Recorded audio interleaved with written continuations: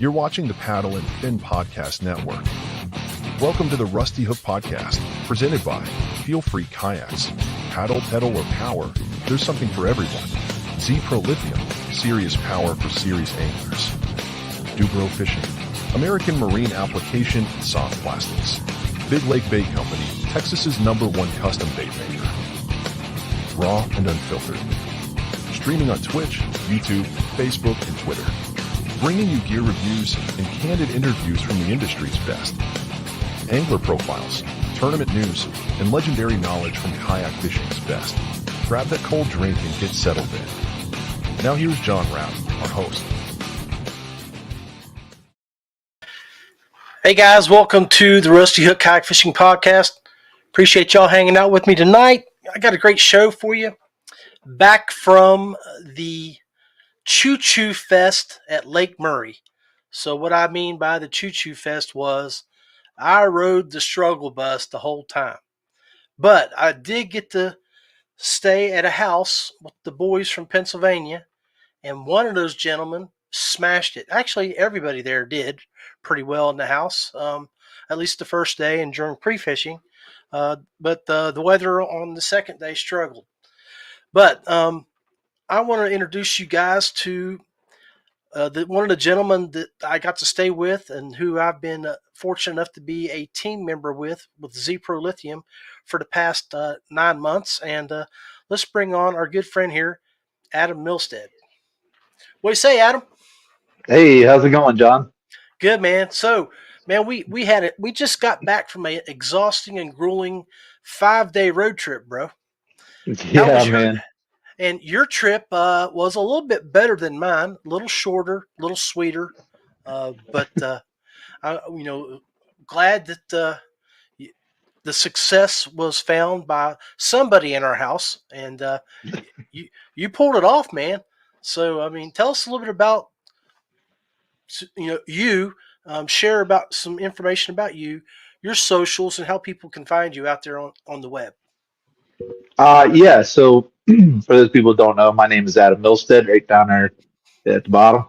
And yeah, you can find me pretty much on any social media at Adam Milstead. And then I also have a kayak fishing page. It's sort of just dedicated to kayak fishing, kind of away from the personal side of things, but that's called Straight Yak, and that's STR8_YAKD. And yeah, so you can just find me there. For those people who don't know who I am on a personal level, currently right now I'm 36 years old. I'm a former UFC fighter, and I grew up playing sports, fishing, all that stuff. My pastime, beyond baseball, football, and wrestling was fishing. My dad took me out fishing every weekend that we had a chance to get out. I grew up right on the beautiful waters of the Chesapeake Bay. I miss it a lot down in Kayak County, Maryland. And that's where I sort of cut my roots on, just getting into the fishing side of things, both saltwater and freshwater. Saltwater, I started out fishing for striper, or what we call rockfish down there, croaker, flounder, sea trout. And then eventually I made my way into bass fishing, only because Saturday mornings was just filled up with Roland Martin. You got Bill Dance. You've got Shaw Grigsby. You had a bunch of other people on there, Hank Parker, and a lot of them were revolved around freshwater bass fishing, and that was something that was very new to me. And then eventually, I sort of mingled around down there. I also got into a little bit of kayak fishing on Chesapeake Bay down there, and lo and behold, a couple years later, had a stint in the UFC when I fought, because I had that wrestling background, and that seemed to go hand in hand. And I've always wanted to be a professional athlete, so that was fun. But then after that, I said I wanted to be a competitive kayak angler, because I did a little bit here and there with the kayak anglers. For those people who don't know, kayak anglers, of course, West Virginia has one, but then we have a bunch of chapters here in PA, and that's where I sort of cut my teeth in the competitive edge of things. And now I'm here. Yeah, I thought it was pretty cool. If you guys go check out YouTube, check out Adam's page. But if you search for some of his fights on there, you'll go watch his first professional UFC fight and watch his interview at the end of that fight. so cool because he's like, they're like asking him, they're like, what are you going to do? And he's like, dude, man, I mean, like, I've been training so hard for so long. I just want to go relax and go fish. And I was like, Yeah. that's, so that, I'm like, that is so cool. Cause right there, it told you that your passions, was, I want to go fish. I've been in the gym for working and in the gym. Now I want to take some time to go, do me. Absolutely. Yeah, Yeah. that's sort of what I call my balance. That was my balance in that time of my life. I worked on the pipeline here in Pennsylvania, very big in oil and gas around here. And so I'm fortunate enough to have a gas and oil job, which definitely helps pay the bills quite well. And for somebody who doesn't have a college education, it definitely goes a long way. And then at the same time, I'm out there working 10 hours. I get done. I go to the gym, train for 3 hours a night, get about 5 hours of sleep, get up and do it all over again. And so in that chaos of working and training and fighting, I got to have a balance. And the balance it's always been fishing. It's where I just shut everything out and I just go out there and have a good time. That's so funny that you were talking about your balance because if you remember the interview we did back in July, you were talking about that, how the fishing was, your yin and your yang. I can't remember exactly the words you used back then. It's been since July, but you were talking about how it was a way for you to escape, uh, and then you were also explaining how you used the UFC training in that aspect of preparation. You just transferred it from the fight world to the fish world, and Mm-hmm. and so really cool interview, guys. Go back and watch Adam on the Paddle and Fin page. You'll see an interview with him. It was about a half hour long. We did back in July, and that was a Mm-hmm. lot of fun. Got to really get some good information from you there. So Yeah. Lake Murray, man, we killed it. We all went down. We stayed at a house right on the lake. Beautiful location, except for you got stuck out on that monstrous couch, and then of course Ryan and Lowry had to climb up into the attic every night to like a couple of vampire bats hiding up there. But I mean, it was a pretty sweet gig. But you Mhm. showed up, and after you did some study in there, how did you prepare before you came down? Well, I probably prepared more for this tournament than I have any other tournament, and that's only number one because I knew it was going to be packed. I knew there was going to be a lot of anglers in there that are trying to shake off the cabin fever and No get doubt. off the couch and get out there and start fishing, get the season underway. And I was in the same boat. And then it was a couple months prior to that, making a decision. Okay, yeah, I'm going to fish it. I'm going to fish Lake Murray. I love the state of South Carolina a lot. It is a fun state to be in. There's so much to do there. And generally, the majority of the people that you meet down there are just absolutely exceptionally nice. And so I was looking forward Right. to, you know, re sort of balancing out all the hectic of having twin boys and take care of them. And then also at the same time working still. So the prep work started just straight up Google Earth, YouTube. I'm not kidding you. I watched the entire Bassmaster Elite Series that came to Lake Last year. Murray last year, Yeah. 2023. Now, granted, it was a post spawn bite, but I literally, if I had something to do in the garage or if I had something to do with the computer, I had that playing in the background. And the cool thing about them and the way Bassmaster does their things is that they'll literally tell you pretty much where the particular angler is. They've got that sort of map view, and as it comes in, it'll show you where the angler is. And basically, I just kind of took that and with a grain of salt, knowing that number one, they're fishing in a post spawn. Right. Where believing where those bass are going to be in pre spawn with all the females that they were catching and things like that. And so I've dropped so many different waypoints throughout the few months that I was researching for this thing and looking up, the weather patterns that are happening, the weeks prior, listening in on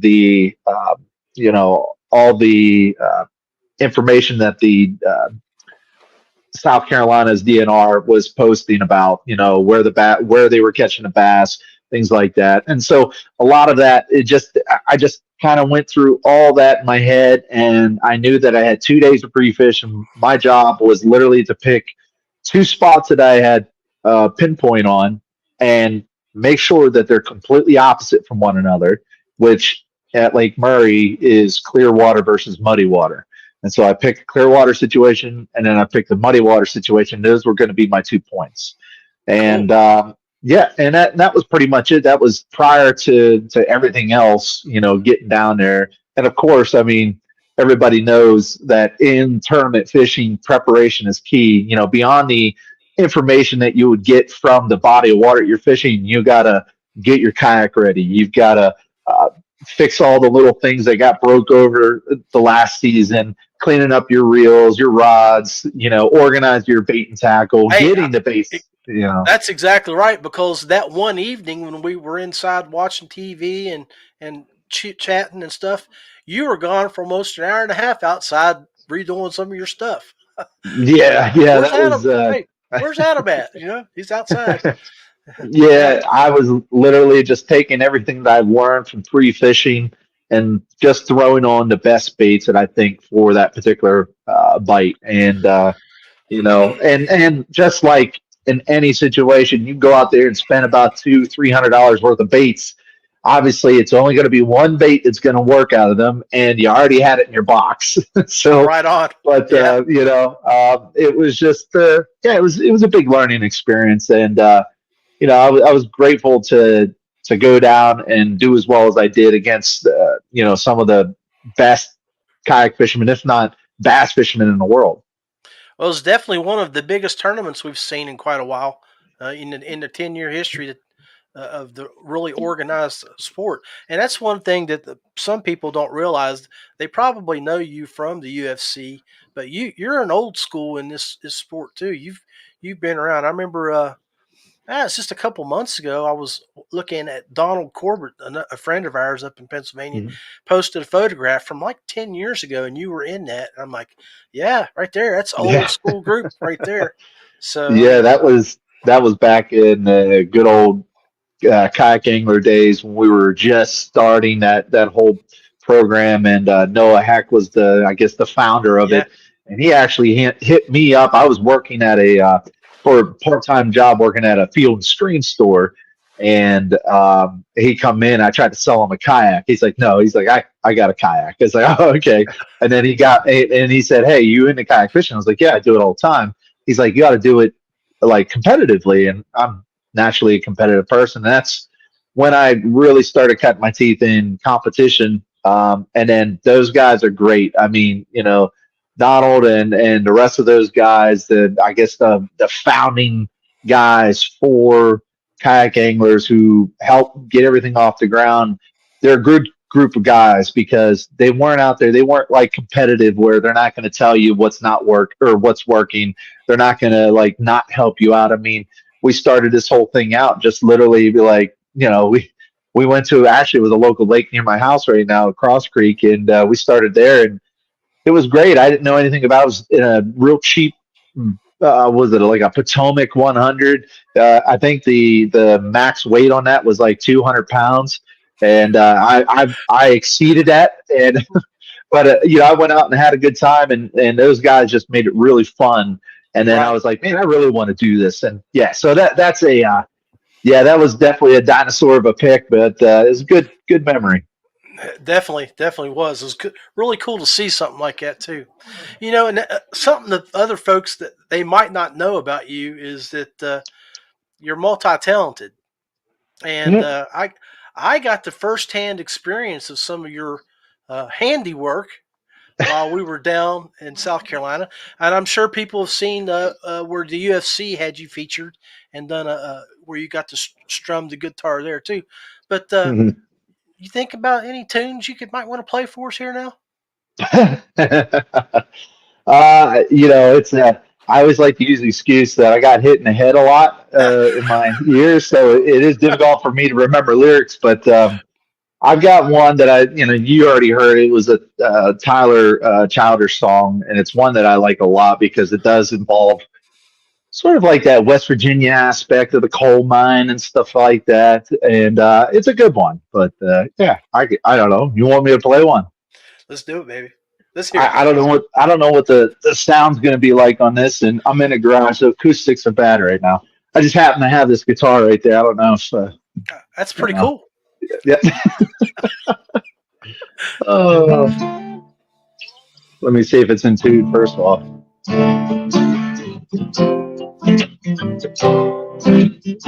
Yeah, it's there. Sounds good. All right, well let's get into it.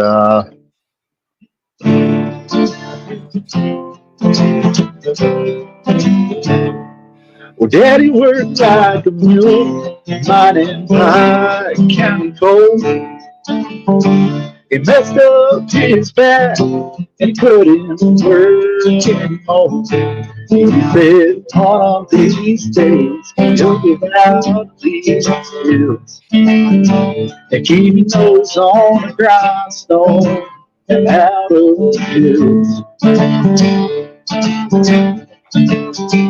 The ways in this world will just bring you the tears.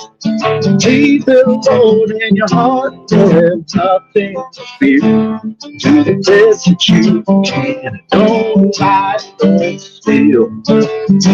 And keep your toes on the grindstone, out of the hills. Awesome. Should I get the chorus? No, man, you did awesome, bro. You know what? I will let you take a break, get you a drink of water, and we'll be right back. We'll be right back, man. Hold tight, we'll be right back. Man, I hope you guys enjoyed that. That was pretty awesome of Big A hitting that up there for us. Just take a quick break, let him get a drink of water. Hell, I need a drink of water after that. It made my throat sore. But we'll be right back. Feelfree Kayaks. Paddle, pedal, or power. Something for everyone. DuBro Fishing. Marine products for fresh or saltwater adventures. ZPRO Lithium. Serious power for serious anglers. Big Lake Bait Company. Texas's #1 custom soft plastics. Hey guys, I want to remind you that the Paddle and Fin podcast group is getting ready to go to Eastport Marina for a 2-day tournament. Make sure you check it out, and let's talk about this real quick.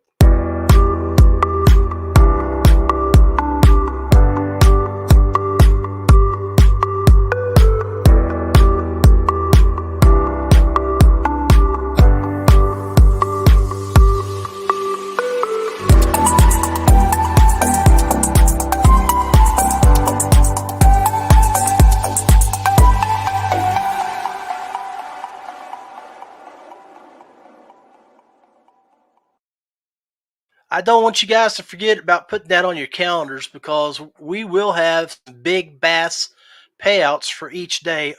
You're looking at over a couple $1,000s per day for the big bass prize all by itself. So make sure you check it out. Everything's going to be down at Eastport Marina. And make sure if you're going to go, you call this number and get a houseboat room or reserve the whole houseboat for your crew.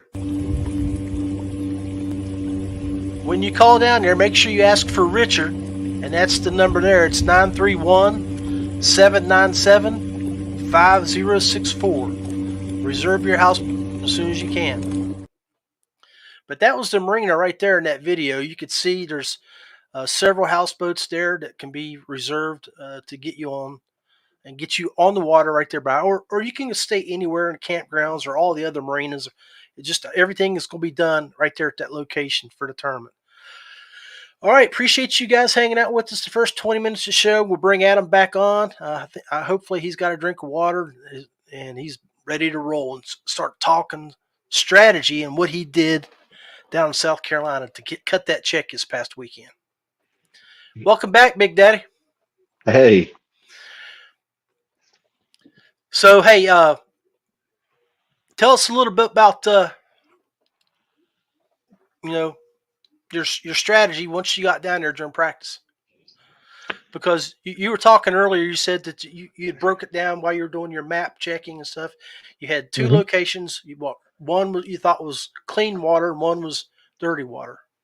Yeah, and generally, you obviously you've got your set of baits for those particular sections of the water. Obviously, you know that dirty water, you're going to need something a little bit more uh, vibrating, like a spinner bait or a big old jackhammer.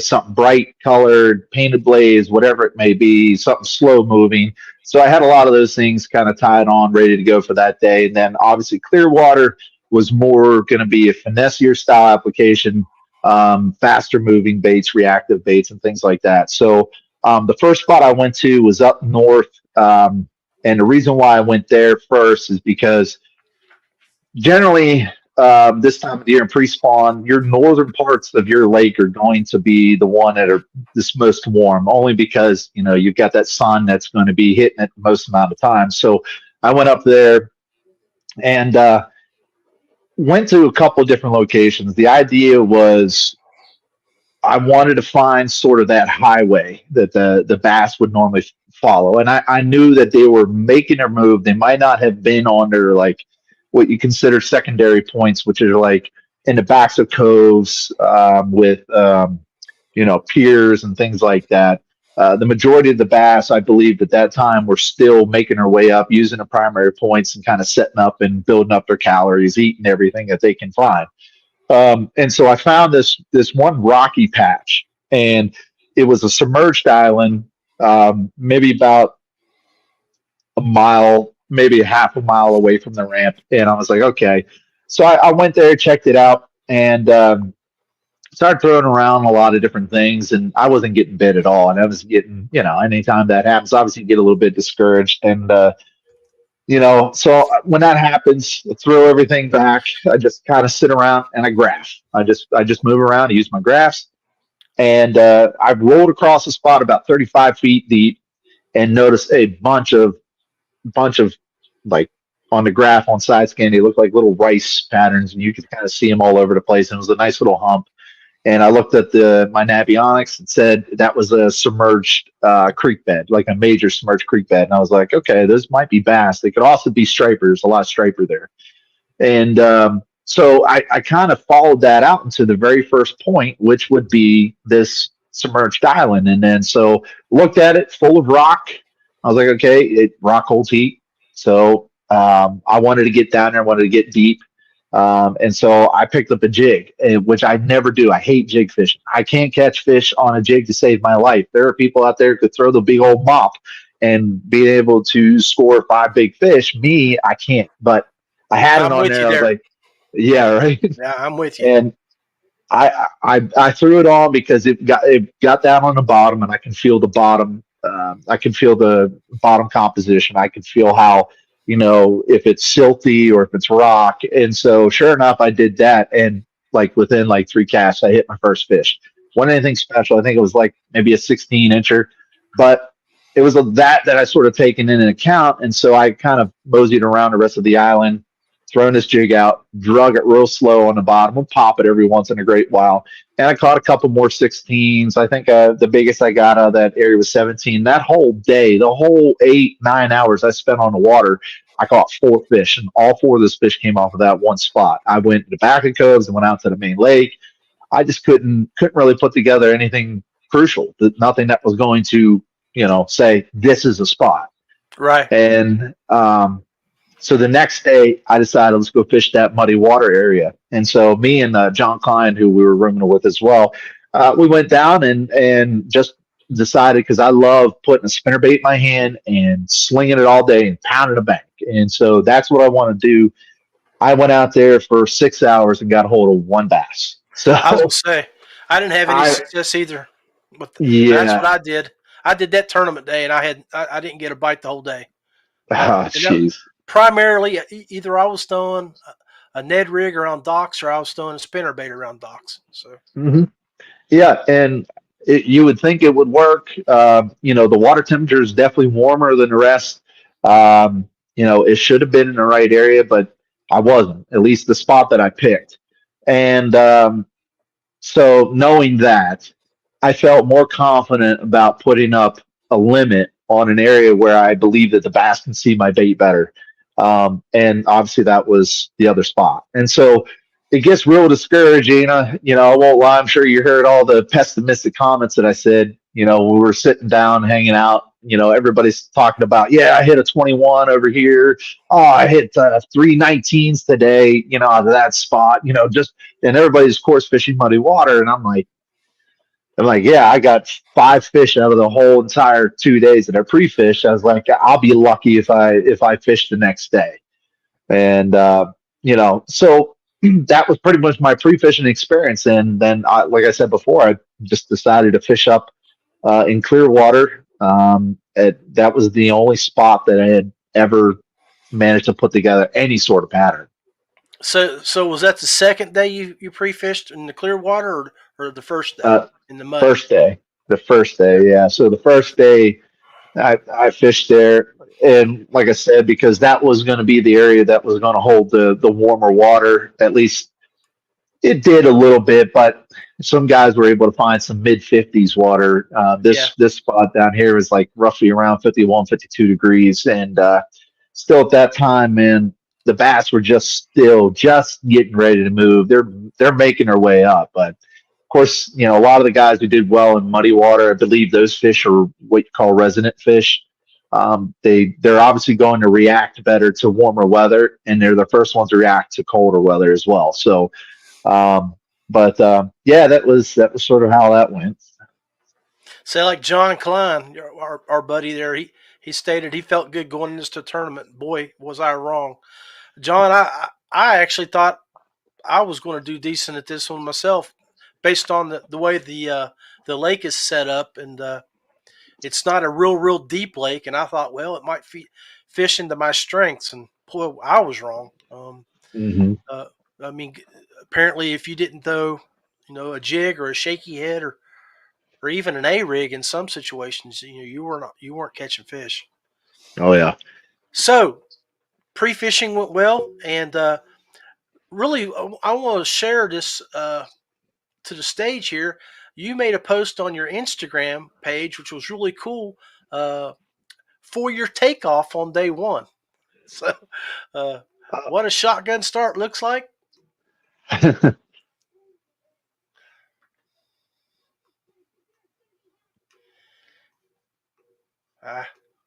did I do here? There it is. But apparently your ramp was quite popular that morning that you went out. Yeah. There was, I'm not kidding you, probably close to 40, maybe 50 anglers at this one cove. And, it's a popular creek on Lake Murray, and everybody sort of knows about it. But it also makes you feel good that you're in a decent spot, because you got the Jody Queens and the Matt Balls are there. Some really, Steven Sisto, like those guys were there, and it made me feel a little bit more confident. But I'm not kidding you, I had no confidence going into day one. The only thing that I was looking to do was I just want a limit, because there's been, actually the majority of my big end tournaments last year were done on day one. Like I got 2 or 3 fish, and I was like, there's no reason why I need to come out here and fish again. For what reason? Like points, it wasn't going to work out for me. And so I went home early in most of those tournaments. And then, so this year it was like, get a limit. If you can get a limit in some of these bigger tournaments, you're always in the run, and all you need is just a big bag on second day. And that happens, and it happens quite often. I see a lot of people who are, darn near in the 40th or 50th place, make their way all the way up in top 10, using the second day, because there's a lot of scenarios that happen. And one of the big scenarios that happened this tournament, which I hate to say it, I'm all too used to, and generally it happens Friday when you've established your pattern throughout the whole week. Friday, a low pressure system comes in, it changes everything for the rest of the time. And so I knew Sunday had that that low pressure system, sort of like the barometric pressure dropped. It was cold all day. I knew that was going to happen, and it was going to more or less favor my bite versus the reactive bites. But that did that not happen in the last hour? So here, if I go through my tournament day, like on day one, again, all I wanted was a limit, and I told myself I'm not moving from the spot. I know the fish are here, and I hate to say it, I did use live scope, but I have a Torpedo, and the Torpedo doesn't really keep you quite in place using live scope. All I use live scope is to see if those are bass or if they're striper or if they're crappie or something like that. And you can use that. You can see that they're there, and you know what general direction they're going to be in. But I don't sit there and watch it. I don't sit there and wait to see if a bass is coming in, because number one, that's a pain in the butt. Number two, you're kayak fishing. You're amongst a ton of different like styles of boats out there. There's Makos out there. They're looking for striper. There's pontoon boats. There's big old bass boats out there. And so it's really important on a safety matter to stay vigilant and being able to kind of scan around and see what's happening around you. But at the same time, like, this is boring, sucks, hurts your neck, So all I used the live scope for was just to see if the bass were there and if they were bass. And you can tell when they're bass because they all like to kind of surround on a cover. They don't really move. Like striper will be on a constant move. Bass will adhere to a piece of structure. Might move out to check something out, and they'll come back in. And I saw a bunch of them, and I was like, that's bass. And so, I told myself, I'm just going to sit here all day. And I threw this Kayak football jig. It's a compact 3/8 ounce, all brown football jig. And I'm not going to lie, like I said before, I suck at jig fishing, but it's the only thing I was able to put together. And so I tipped it with a ZPRO Junior from Zoom.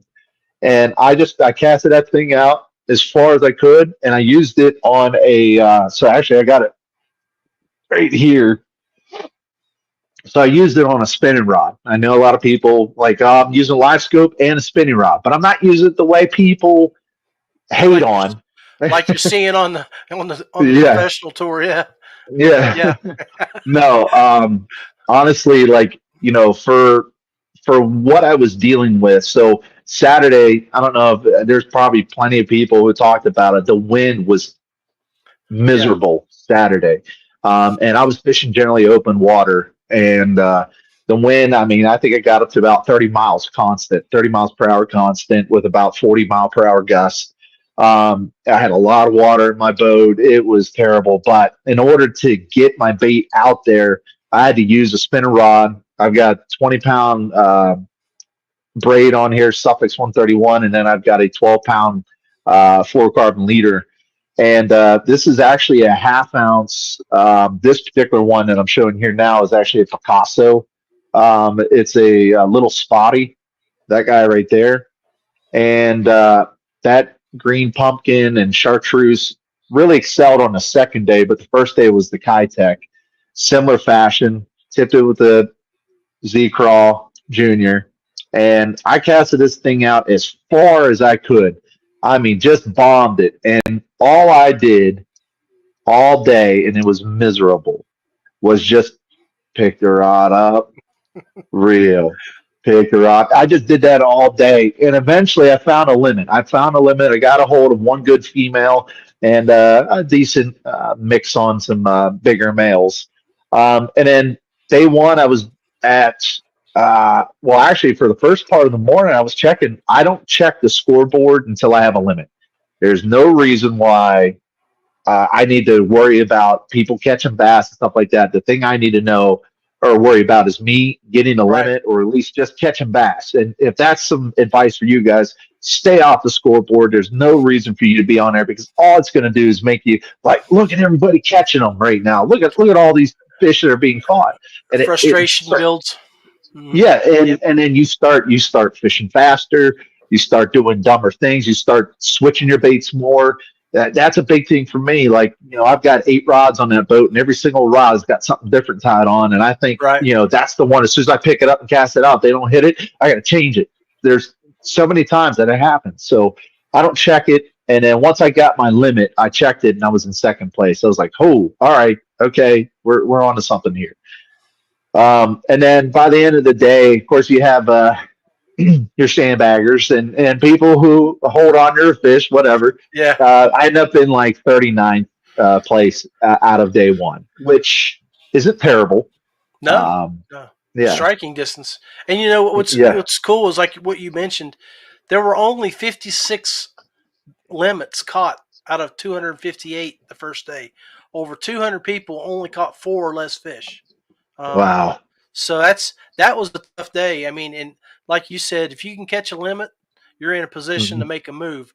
And speaking of making that move, day 2 was quite good to you. So. Yeah, man. And like I said before, that low pressure was coming in, and I had a little bit more confidence going into day 2, only because I knew that a lot of those reactive bites were going to sort of shut down. At least for me, anytime that low pressure system comes in, man, it just shuts down my reactive bite, my spinnerbait, jackhammer. Yeah, that's that big one I caught right there with like 5 minutes left. And that when that happened, or when that was going to happen, like I said, I had more confidence in my jig bite, because the jig bite, you could throw that thing all summer, all winter, you're going to get bit. And so I kept that in my hand. I should have just took all the rods off my boat and kept those 2 shaky head rods. But I went out there and it was tough. It was freezing out. I had frost everywhere. I didn't bring enough like clothes to wear. My hands were so cold that my first fish that I caught, I couldn't take a picture like this, because I couldn't do this with my finger.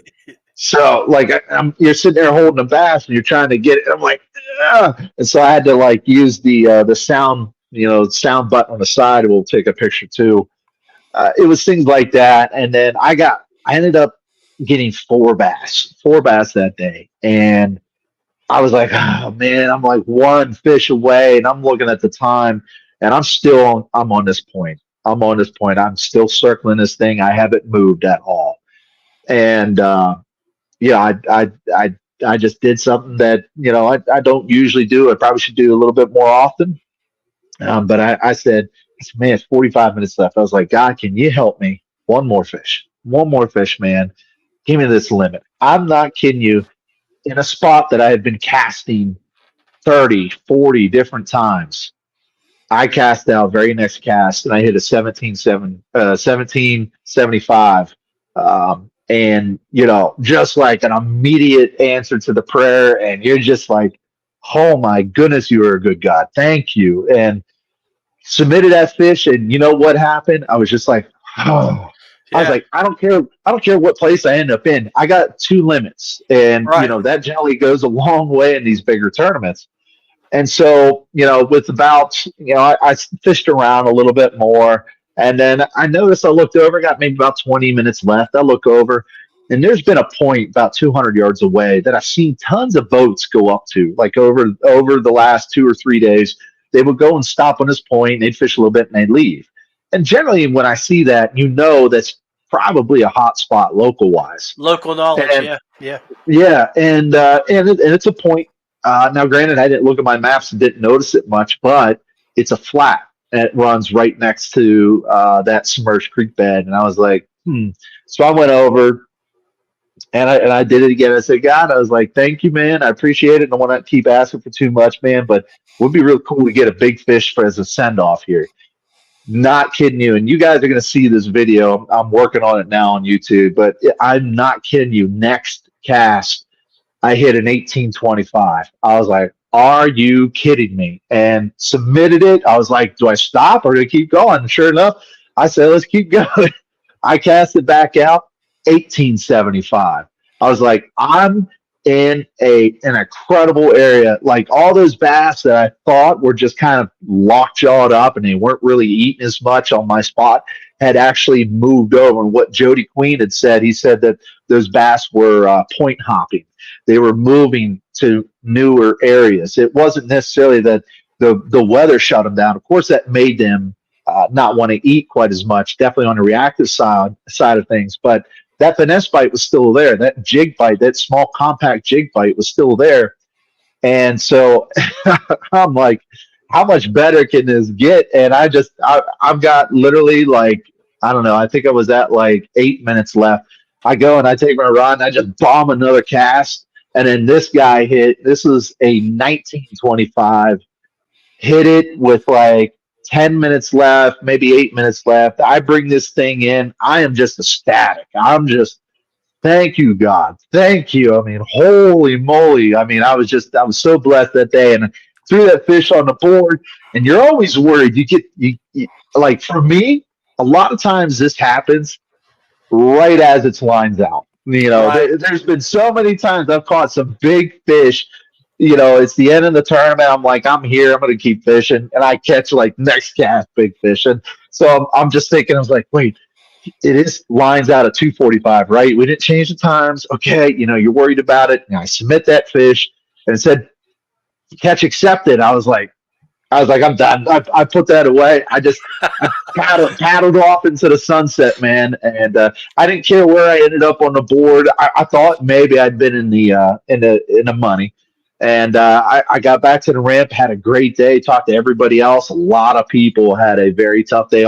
There was quite a few people who were way above me who only got one fish that day. And so that really added a lot of like, okay, maybe I'm there. And what is it, like 4:30, 4:45? Now, granted, the awards are at 5. Yeah. Still no text. And I'm thinking, I was like, man, maybe maybe it wasn't, anything crazy. Maybe people did start catching them right there at the end and everybody caught them and just pushed me out. It's like, it is what it is. I'm still happy. I got a sub at the Firehouse Subs and I sat down and then Abby was like, dude, I really think you should give Steve a call. He's like, I think you're in the money. And I had 170 inches. And so I was like, all right, fine. So I got his number, gave him a call. I said, hey, Steve. I was like, I didn't get a text, but, man, I put up some good numbers today. Am I in the running? Like, did I get close to the check? He's like, yeah. He's like, you got a check? I sent the text out. I was like, you did? I didn't get it. He's like, yeah, I sent it out. Well, apparently with the whole AT&T, got hacked. I guess there was an issue. We didn't get our messages. So luckily I was only like 5 minutes away. I rushed on over and I got there on time. And it's funny. As soon as I walked into the theater, my phone dings. I got the text message. Hey, congratulations on cutting a check, And I was like, cool. So yeah, absolutely awesome moment. Just an incredible God moment for me personally. It's just, yeah, I was blessed with a heck of a day, and man, I'm still riding that high. I ride it all the way home. That's what kept me awake on that 8.5-hour drive home after that. So yeah, it was a great day. Outstanding, man. Definitely happy for you. Glad things worked out for you, and made that trip down, put all that work to use, and then executed, which is a lot of people didn't. I mean, some of the guys in our house that were like myself and like you that had some big bites and would have them online for 4 or 5 seconds and then off. Yeah. Oh, so I forgot to mention that first day I had 2 bass. So in that area, I went there and I had a lot of confidence after these fish hit, but I also was pretty down on myself too. It was about 6 or 7 casts into that area on the side of this island. I ended up hitting probably one of my bigger fish. And the issue with those smaller jigs is that they're a light wire hook, and sometimes if you set the hook too quick without letting them kind of take off with it, you skin hook them a lot. And sure enough, I hooked this one. well over 5 pounds, comes up right by the kayak and spits it. And I was like, oh, and I always remember back to the story that I heard about Kevin Van Dam fishing, alongside Jared Swindell. And he was telling the story how this guy, like Kevin, went in and cast it out, had a 4-pounder on, lost it at the boat, threw it back out, cast it out, hit another 4-pounder, lost it at the boat. And all Kevin did was just look at him and say, you're going to have that, and just keep fishing. And eventually they ended up taking first that tournament. And I keep thinking about that. It's like when that stuff happens, you're not in control of what happens, to that situation. Right. Fish didn't quite grab it exactly the right way. Maybe you set the hook a little too hard or a little too soft, whatever it may be. You're not in control of that. The only thing you're in control of is how you react to it.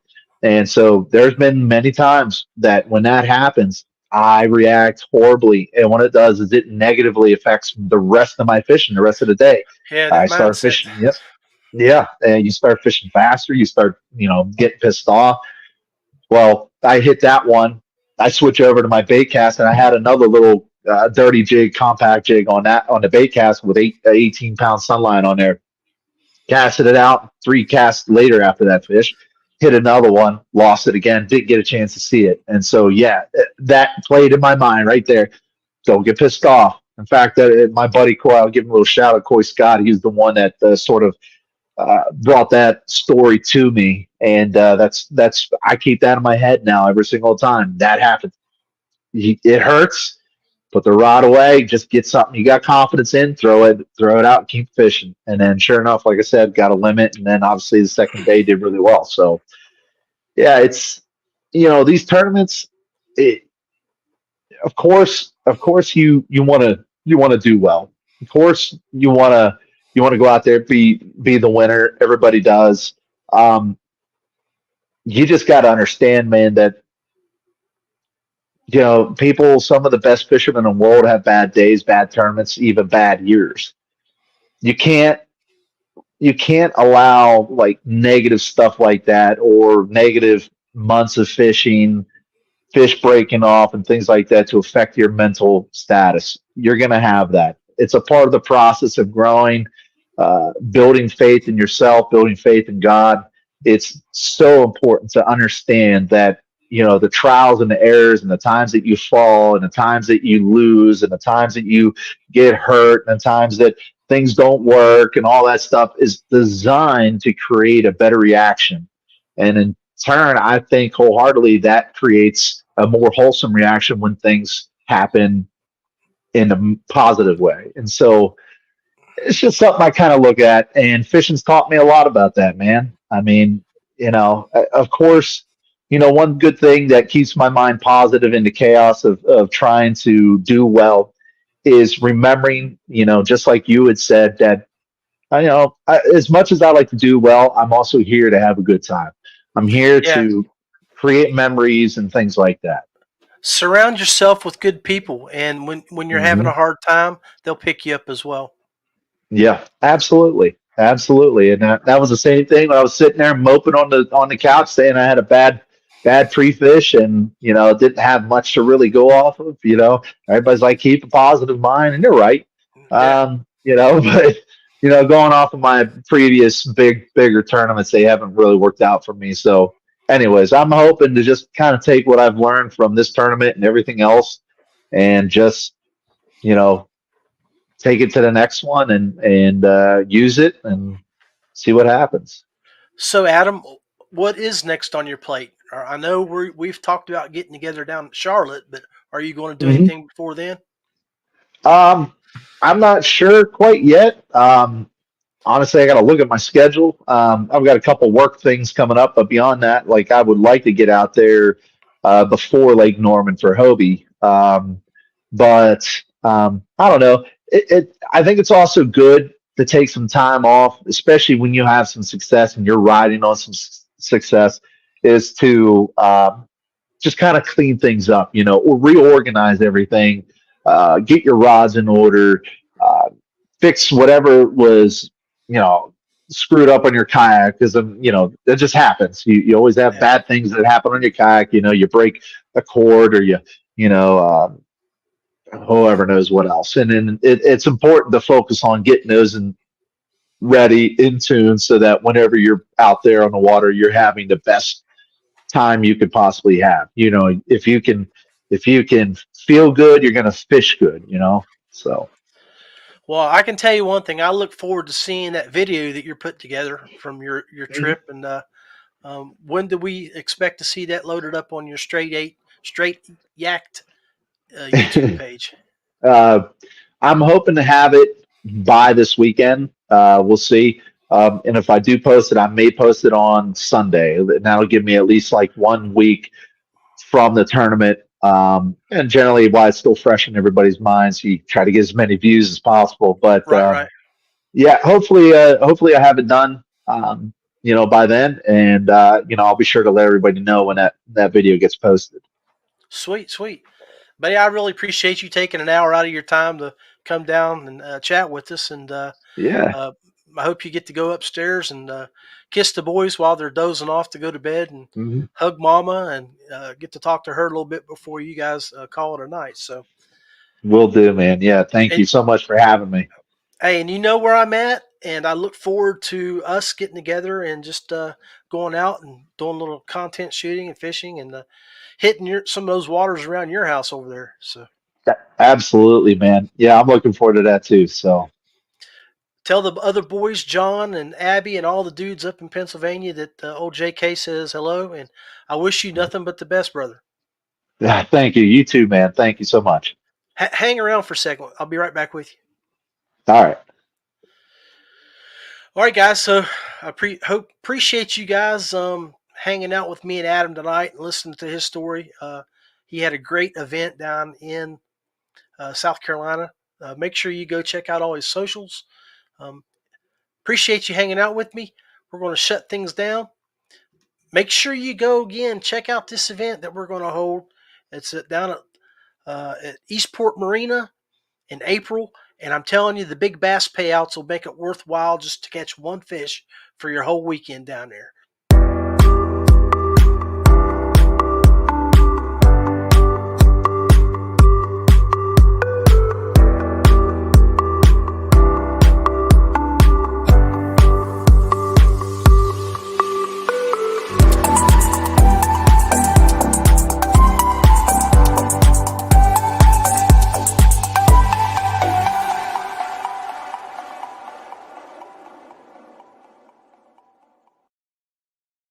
Anyway, I want to thank you again for tuning in here to the Rusty Hook. Always wear your PFD and be safe when you're out on the water. Everybody wants to know that you're going, make it back to wherever you launch. And this time of year, the water's still a little cold. Always wear the appropriate clothing and share your travel, your locations you're going to put in and your takeout with your family or friends, so people can look for you if you don't show up back when you're supposed to be. Anyway, stay safe, be blessed. We'll see you next Tuesday night.